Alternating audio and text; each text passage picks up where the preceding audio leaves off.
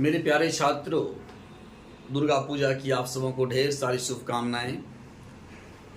और इन शुभकामनाओं के साथ हम अपने बायोलॉजी का जो कंटेंट जो मेरा कंटिन्यू चल रहा है उसमें हमने आपको प्रोकैरियोटिक सेल यानी यूकेरियोटिक सेल के बारे में बताया, प्लांट सेल एनिमल सेल के बारे में बताया भाई। और अब आज का हमारा जो टॉपिक है वो है सेल ऑर्गेनल्स। और सेल ऑर्गेनल्स में सबसे पहला जो सेल ऑर्गेनल्स हम आपको देखने जा रहे हैं वो है हमारा सेल का बाउंड्री वाल। बाउंड्री वाल मतलब दीवार। तो बाउंड्री वाल जो है प्लांट में और एनिमल सेल में, अगर बाउंड्री वाल की बात की जाए भाई, तो प्लांट सेल का जो हमारा सबसे आउटर मेम्ब्रेन होता है वो होता है हमारा सेल वाल। चलिए आइए यहाँ पर जैसा देखते हैं, ये हमने एक प्लांट सेल बनाया है। ये कौन सा सेल है मेरे भाई? ये हमारा एक प्लांट सेल है। ये प्लांट सेल है और इस प्लांट सेल का सबसे जो बाहरी आवरण जो हमने दिखाया है वो है हमारा सेल वाल। और इसके अंदर का जो लेयर हमने बनाया है रेड कलर से वो है हमारा प्लाज्मा मेम्ब्रेन। अगर हम एनिमल सेल की बात करेंगे तो उसमें क्या होगा, ये मान लीजिए एनिमल सेल अगर हमने बनाया तो इसका जो आउटर मेम्ब्रेन होता है ये होता है हमारा प्लाज्मा मेम्ब्रेन, जो कि हम प्लांट एनिमल सेल के डिफरेंस में भी हमने आपको बताया था। तो आज का हमारा टॉपिक है भाई ये बाउंड्री वाल। और सबसे पहले हम देखेंगे बाउंड्री वाल में सबसे बाहर पाया जाता है प्लांट सेल में वो है हमारा सेल वाल, और सेल वाल के नीचे पाया जाता है हमारा प्लाज्मा मेम्ब्रेन। आज का टॉपिक हमारा ये सेल वाल और प्लाज्मा मेम्ब्रेन ही है। तो सेल वाल के बारे में हम लोग जाने भाई कि सेल वाल जो है प्लांट सेल का सबसे बाहरी आवरण होता है। Cell wall is the outer membrane of plant cell. ये प्लांट सेल का सबसे बाहरी भाग होता है भाई। और यहां पर जब लिखा भी है कि outer membrane of plant cell, ये प्लांट सेल का क्या होता है? आउटर मेम्ब्रेन होता है। But absent in animal cell, जंतु कोशिका में यहाँ पर जो आउटर मेम्ब्रेन है हमारा ये सेल वाल नहीं होता है मेरे भाई। एनिमल सेल का अगर हम इसको एनिमल सेल लिख दें, एनिमल सेल लिखें तो ये एनिमल सेल का है ना आउटर मेम्ब्रेन हमारा क्या है? प्लाज्मा मेम्ब्रेन है। तो पादप कोशिका का बाहरी आवरण क्या है? ये सेल वाल है, परंतु जंतु कोशिका में अनुपस्थित होता है। ये क्वेश्चन पूछा जाता है मेरे भाई कि कौन जो है प्लांट सेल में पाया जाता है, कौन एनिमल सेल में पाया जाता है। तो याद रखिएगा कि प्लांट सेल में पाया जाता है हमारा जो सेल वाल, और एनिमल सेल का आउटर मेम्ब्रेन होता है हमारा प्लाज्मा मेम्ब्रेन। अगर बैक्टीरिया की बात की जाए, बैक्टीरिया का जो सेल वाल होता है ये बना हुआ होता है पेप्टिडोग्लाइकेन का। याद रखना मेरे भाई, ये पूछा जाता है कि बैक्टीरिया की जो बाउंड्री वाल होता है वो किस चीज का बना होता है? तो वो बना होता है पेप्टिडोग्लाइकेन का बना हुआ होता है। और जीवाणु में कोशिका भित्ति पेप्टिडोग्लाइकेन की बनी होती है। उसके बाद देखो, अगर फंगस की बात की जाए, कवक की बात की जाए,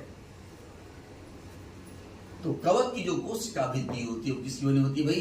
काइटिन की बनी होती है। ये बहुत ही इंपॉर्टेंट क्वेश्चन बनता है कि बैक्टीरिया का जो है सेल वाल किससे बना होता है भाई? बैक्टीरिया का सेल वाल बना होता है पेप्टिडोग्लाइकेन का, और कवक का जो सेल वाल बना होता है किससे बना होता है? काइटिन का बना होता है। और अगर हमारे प्लांट सेल की बात करें, जो हायर प्लांट्स होते हैं, हायर प्लांट्स में हमारा जो सेल वाल बना होता है वो सेलुलोज का बना होता है भाई। और पैक्टीन या लिग्निन इस सब का इसमें डिपोजिशन होता है। अब सवाल ये कुछ क्वेश्चन पूछा जाता है कि सेलुलोज क्या है? सेलुलोज जो कि प्लांट जो सेल वाल कोशिका भित्ति को बनाने का बड़ा एलिमेंट है भाई। तो सेलुलोज है क्या? तो याद रखना है मेरे भाई कि सेलुलोज है एक पॉलीसेक्राइड है। क्या है? पॉलीसेक्राइड है, यानी कार्बोहाइड्रेट है। यानी cellulose is the polymer of glucose. ये ग्लूकोज का बहुलक होता है। और पैक्टीन और लिग्निन ये जो थिकनिंग मटेरियल्स है ना। अब फंक्शन की बात अगर देखा जाए, ये जो हमारा सेल वाल है उसका क्या फंक्शन है भाई? तो ध्यान रखना मेरे भाई, सेल वॉल का दो इंपॉर्टेंट फंक्शन है। पहला है प्रोटेक्शन और दूसरा है मैकेनिकल स्ट्रेंथ। यानी ये प्रोटेक्शन मतलब क्या, ये सुरक्षा प्रदान करता है और ये यांत्रिक दृढ़ता प्रदान करता है। यानी कहने का मतलब हो गया कि मुख्य कार्य इसमें क्या क्या हो गया भाई, एक हो गया प्रोटेक्शन यानी सुरक्षा का तो कार्य है ही, साथ ही साथ इसका जो है मैकेनिकल सपोर्ट यानी दृढ़ता, यांत्रिक दृढ़ता प्रदान करना, ये सेल वॉल का काम होता है भाई। अब जब आप देखते होंगे कि जब कच्चा फल रहता है भाई, आम है जब कच्चा है तो क्या रहता है, टाइट रहता है, लेकिन वही आम जब पक जाता है तो क्या होता है, वो सॉफ्ट हो जाता है। तो क्यों सॉफ्ट हो जाता है भाई, तो सॉफ्ट होने का कारण यही है कि जो पैक्टीन का जो ये मैंने बताया कि आपको बताइए पैक्टीन और लिग्निन ये जो पाया जाता है भाई, तो इसी पैक्टीन और लिग्निन में जो पैक्टीन होता है वो डिजोल्यूशन हो जाता है। जब फल पक जाता है तो पैक्टीन जो है वो डिजोल्व कर जाता है, डिजोल्यूशन होता है उसका, और पैक्टीन के डिजोल्यूशन के कारण ही जो पका हुआ फल होता है वो सॉफ्ट हो जाता है मेरे भाई। तो यहाँ पर एक क्वेश्चन पूछा जाता है कि भाई पकने पर फल सॉफ्ट क्यों हो जाते हैं, तो उसका आंसर होगा डिजोल्यूशन ऑफ पैक्टीन, यानी पैक्टीन के घुलने के कारण ही पका हुआ फल क्या हो जाता है, सॉफ्ट हो जाता है मेरे भाई। चले हम लोग अब जो है दूसरे सेल ऑर्गेनेल के बारे में चर्चा करेंगे और वो होगा हमारा प्लाज्मा मेम्ब्रेन। चलिए हम लोग देखते हैं प्लाज्मा मेम्ब्रेन के बारे में। सेल वॉल के बारे में बताया भाई कि प्लांट सेल का आउटर मेम्ब्रेन था। यहाँ पर देखो ये एनिमल सेल है और एनिमल सेल का जो सबसे बाहरी आवरण होता है इसको कहते हैं प्लाज्मा झिल्ली, ऐसी को बोलते हैं प्लाज्मा मेम्ब्रेन। तो ये प्लाज्मा मेम्ब्रेन है क्या होता है, एनिमल सेल का बाहरी आवरण होता है। It is the outer membrane of animal cell but in plant cell it is situated below the cell wall. जो मैं इंग्लिश आपको लिख रहा हूँ उसी का 100% हिंदी में आपको बता रहा हूँ मेरे भाई, इसको ध्यान देना ताकि हमारे हिंदी और इंग्लिश दोनों भाई को कोई परेशानी ना हो। तो मैंने यहाँ पर लिखा कि यह जंतु कोशिका का बाहरी आवरण होता है, परंतु पादप कोशिका में सेल वॉल के नीचे पाया जाता है। अगर क्वेश्चन ये पूछा जाए कि क्या प्लाज्मा मेम्ब्रेन सिर्फ एनिमल सेल में पाया जाता है, प्लांट सेल में नहीं पाया जाता है भाई, तो बोलेंगे नहीं ऐसी बात नहीं है, प्लाज्मा मेम्ब्रेन दोनों सेल में पाया जाता है। प्लांट सेल में ये सेल वॉल के नीचे होता है जैसा मैंने दिखाया था आपको, और जो एनिमल सेल में क्या होता है ये आउटर मेम्ब्रेन होता है, वही हमने यहाँ लिखा है। अब ये जो प्लाज्मा मेम्ब्रेन होता है भाई ये बना होता है किस चीज का, ये प्लाज्मा में बना होता है प्रोटीन और लिपिड का। लिपिड मतलब होता है फैट, यानी प्रोटीन और फैट का बना होता है, और इसीलिए इसको जो है लाइपोप्रोटीनस मेम्ब्रेन कहा जाता है। ये लिपिड मतलब होता है लिक्विड फैट को लिपिड कहा जाता है। तो मैंने यहाँ लिखा है it is a lipoproteins membrane. Lipoprotein का मतलब होता है जो प्रोटीन और लिपिड का बना हुआ हो। हिंदी में मैंने लिखा है ये प्रोटीन तथा वसा का बना होता है, तो इसे लाइपोप्रोटीनस मेम्ब्रेन कहा जाता है। क्वेश्चन पूछा जाता है कि प्लाज्मा किस चीज का बना होता है भाई, तो बोलेंगे प्रोटीन और फैट का बना होता है, लिपिड का बना होता है। अब प्रोटीन और फैट का अरेंजमेंट किस प्रकार से होता है इसमें, तो प्रोटीन और जो है लिपिड का जो अरेंजमेंट होता है, तो दो प्रोटीन लेयर के बीच में ये फैट का दो लेयर होता है। देख रहे हो ना, ब्लैक से दो लेयर फैट का बना है। ये प्रोटीन का लेयर ये वाला हो गया, ये प्रोटीन का लेयर हो गया। दो प्रोटीन लेयर के बीच में फैट का दो लेयर होता है भाई। प्रोटीन लेयर की मोटाई कितनी होती है, तो 20 एंगस्ट्रम जब दोनों प्रोटीन का हो गया, और बीच में जो लिपिड होता है उसका 35 एंगस्ट्रम हो गया, और ये दोनों को मिला, तीनों को मिला दोगे भाई तो टोटल यहाँ से जो इसका थिकनेस हो जाएगा वो हो जाता है 75 एंगस्ट्रम। तो हमने यहाँ पर लिखा है कि प्लाज्मा झिल्ली की मोटाई कितनी होती है, 75 एंगस्ट्रम, यानी thickness of plasma membrane 75 angstrom. अब देखो ये जो प्लाज्मा मेम्ब्रेन है मेरे भाई, ये कैसा मेम्ब्रेन है, it is semi permeable membrane, यानी ऐसा मेम्ब्रेन जो कि अर्धपारगम्य झिल्ली हो। अर्धपारगम्य का मतलब होता है भाई जो कुछ सिलेक्टेड सब्सटेंस को ही अंदर बाहर आने जाने का आदेश देता है। जैसे मान लो आवर स्किन ऑल्सो ये सेमी परमेबल मेम्ब्रेन, क्योंकि ये जो है पसीने को तो बाहर आने देता है मेरे भाई, लेकिन ब्लड को बाहर आने नहीं देता।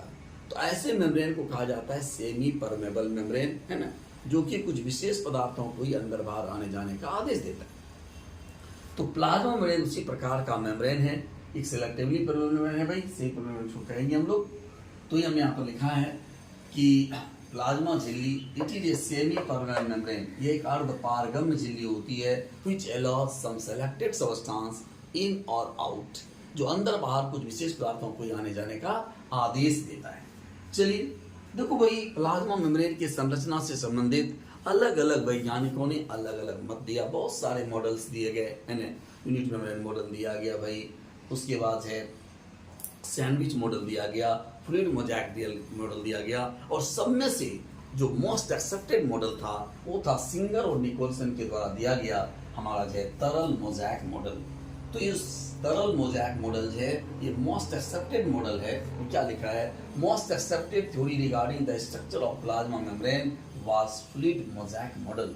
तरल मोज़ेक मॉडल जो है ये मोस्ट एक्सेप्टेड मॉडल है किसके लिए, प्लाज्मा मेम्ब्रेन की स्ट्रक्चर के लिए। यहाँ पर देखो प्लाज्मा मेम्ब्रेन की झिल्ली संरचना संबंधित सर्वमान्य मत तरल मोज़ेक मॉडल है, जिसे किसने दिया था मेरे भाई, सिंगर एंड निकोलसन ने दिया था। अब देखो जैसे मान लो भाई कि कोई मतलब जो है हमारा ये सेल है, और इस सेल जो है को हमने किसी वातावरण में रख दिया है। मान लो यहाँ पर जो हमने इसको किसी कंटेनर में रख दिया, और यहाँ पर इसका सराउंडिंग का जो मतलब है ये मटेरियल ये हो गया भाई। तो क्या होता है कि सराउंडिंग से सिस्टम में, और सिस्टम से सराउंडिंग में मटेरियल का फ्लो होता है, और ये जो फ्लो होता है ये प्लाज्मा मेम्ब्रेन की ही अराउंड होता है, जो प्लाज्मा मेम्ब्रेन आउटर मेम्ब्रेन होता है, इसी के द्वारा वातावरण से ये हो गया हमारा जो सिस्टम, और ये क्या हो गया हमारा, ये हो गया हमारा सराउंडिंग। तो सराउंडिंग और सिस्टम के बीच मटेरियल का जो ट्रांसपोर्टेशन होता है प्लाज्मा मेम्ब्रेन के द्वारा, वो एक विशेष प्रकार की प्रोसेस के द्वारा होता है, और उस प्रोसेस का नाम है हमारा ऑस्मोसिस, जिसे कहते हैं परासरण। तो भाई अब ये सवाल आता है कि ये परासरण है क्या। तो यहाँ तक आप जो स्क्रीन शॉट ले लो मेरे भाई, उसके बाद से हम आगे की बात करते हैं कि ये परासरण क्या है। तो परासरण जो है एक ऐसा प्रोसेस, ध्यान दीजिए कि परासरण है क्या। तो परासरण एक ऐसा प्रोसेस है, osmosis is a process in which solvent flow from low concentration to high concentration through a semi permeable membrane. कहने का मतलब क्या हुआ कि जब सेमी परमेबल मेम्ब्रेन के थ्रू सॉल्वेंट का फ्लो कहां से कहां हो भाई, लो कंसंट्रेशन से हाई कंसंट्रेशन में हो। जैसे मान लो भाई कि ये जो हमारा एक सेमी परमेबल मेम्ब्रेन हो गया, और ये हमारा क्या है, सॉल्वेंट है। अब इस सॉल्वेंट का फ्लो अगर लो कंसंट्रेशन, लो ऐसे लिखते हैं, लो कंसंट्रेशन मतलब होता है निम्न सांद्रण। लो कंसंट्रेशन क्या हो गया भाई, निम्न सांद्रण। और इधर क्या हो जाएगा, हाई कंसंट्रेशन मतलब उच्च सांद्रण। और ये मेम्ब्रेन क्या है, इसको बोलते हैं सेमी परमिएबल मेम्ब्रेन, यानी इसको कहा जाता है हिंदी में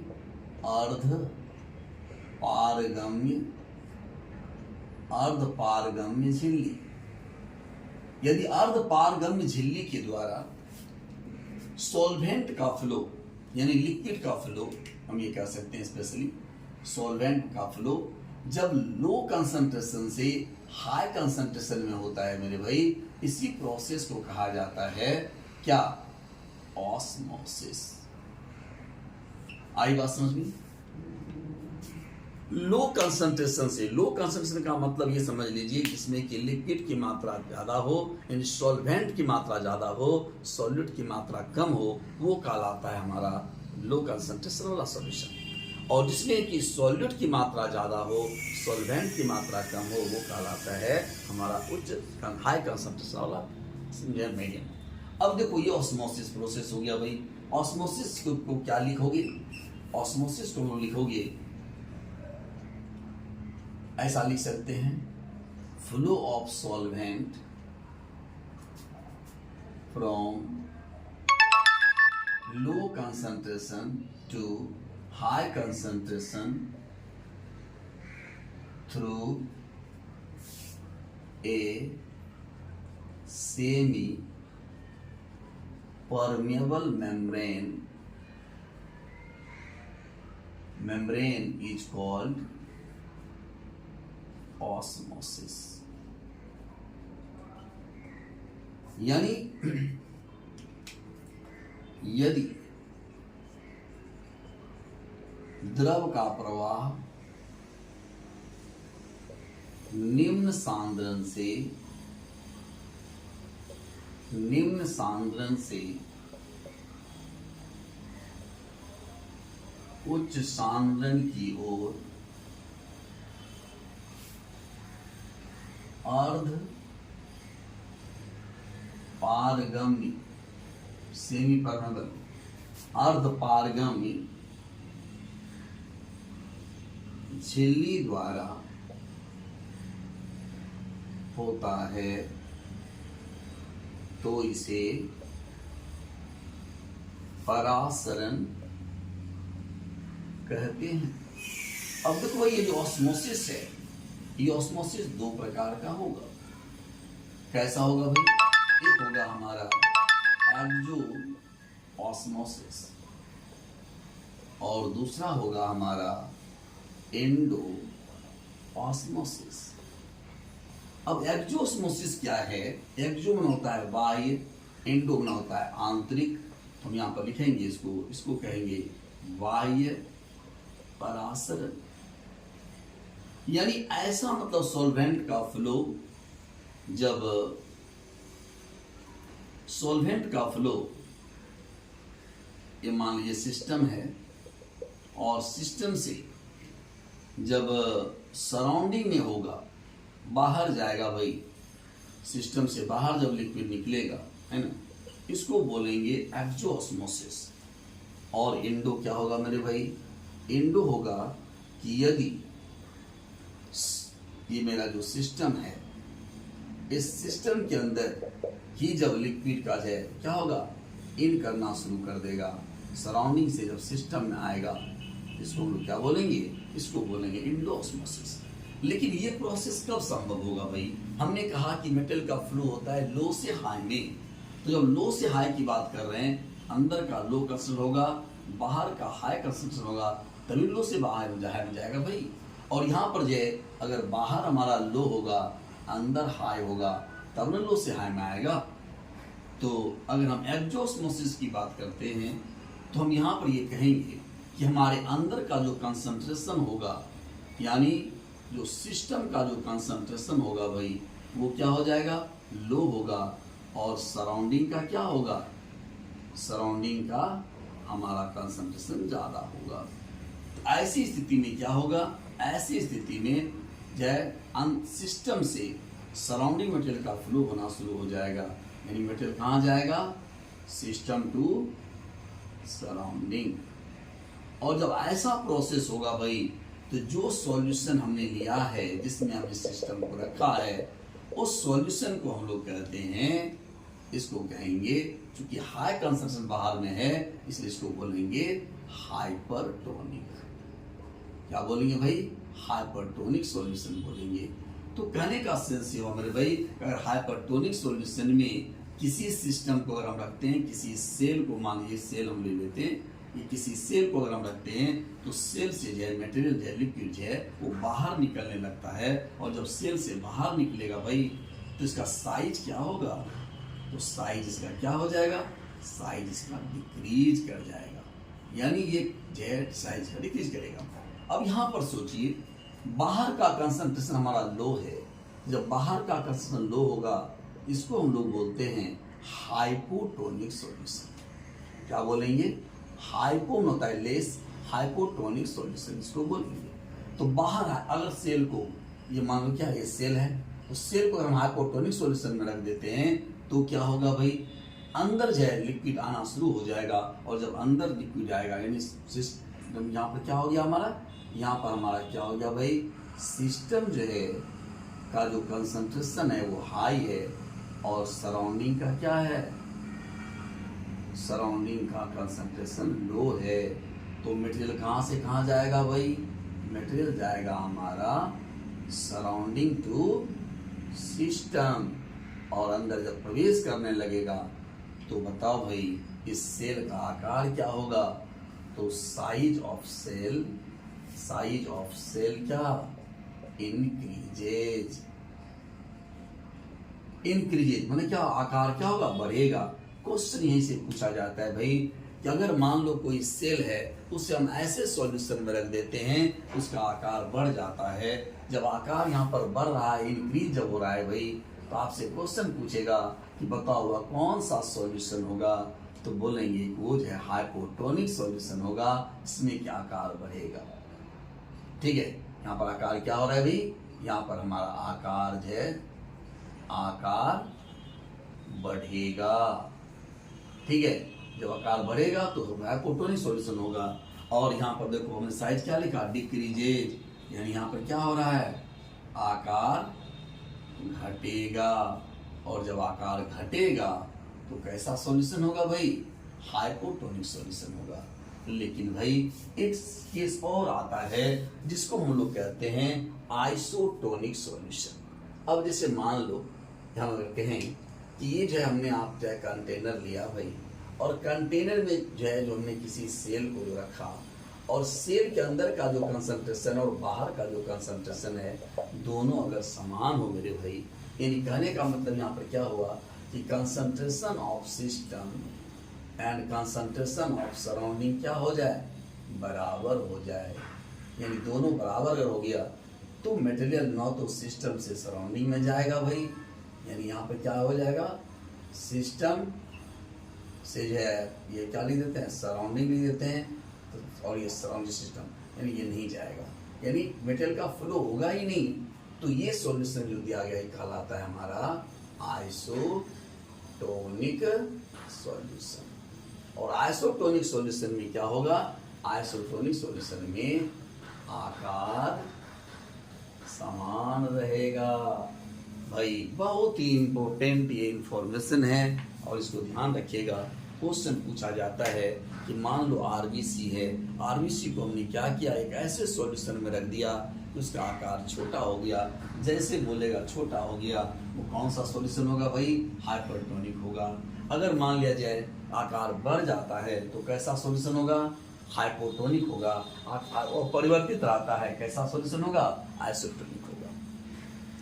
तो तीन प्रकार के सॉल्यूशन, और ये निर्भर करता है सॉल्यूशन के कंसंट्रेशन पर कि सेल से जो लिक्विड बाहर निकलेगा या सेल के अंदर जाएगा। अगर सेल से बाहर निकल रहा है लिक्विड, एक्सोस्मोसिस होगा, अंदर आ रहा है एंडोस्मोसिस होगा, है ना। तो भाई मुझे विश्वास है कि ये सेशन आपको पसंद आया होगा, है ना। और ये था हमारा प्लाज्मा मेम्ब्रेन और सेल वाल, ये बाउंड्री वाल जो मैंने आज देखा प्लांट सेल का और इनर सेल का। अब जो है नेक्स्ट जो वीडियो जो हम बनाएंगे उसमें हम लोग देखेंगे जो है सेल ऑर्गेनेल्स, जिसमें mitochondria, Golgi body, endoplasmic reticulum, इन सारे सेल ऑर्गन के बारे में एक एक करके हम आपसे डिस्कशन करेंगे। थैंक यू मेरे भाई। माता जी को हम लोग याद करते हुए, है ना, उसको आज यहाँ विराम देते हैं, है ना। चलिए, जय माता।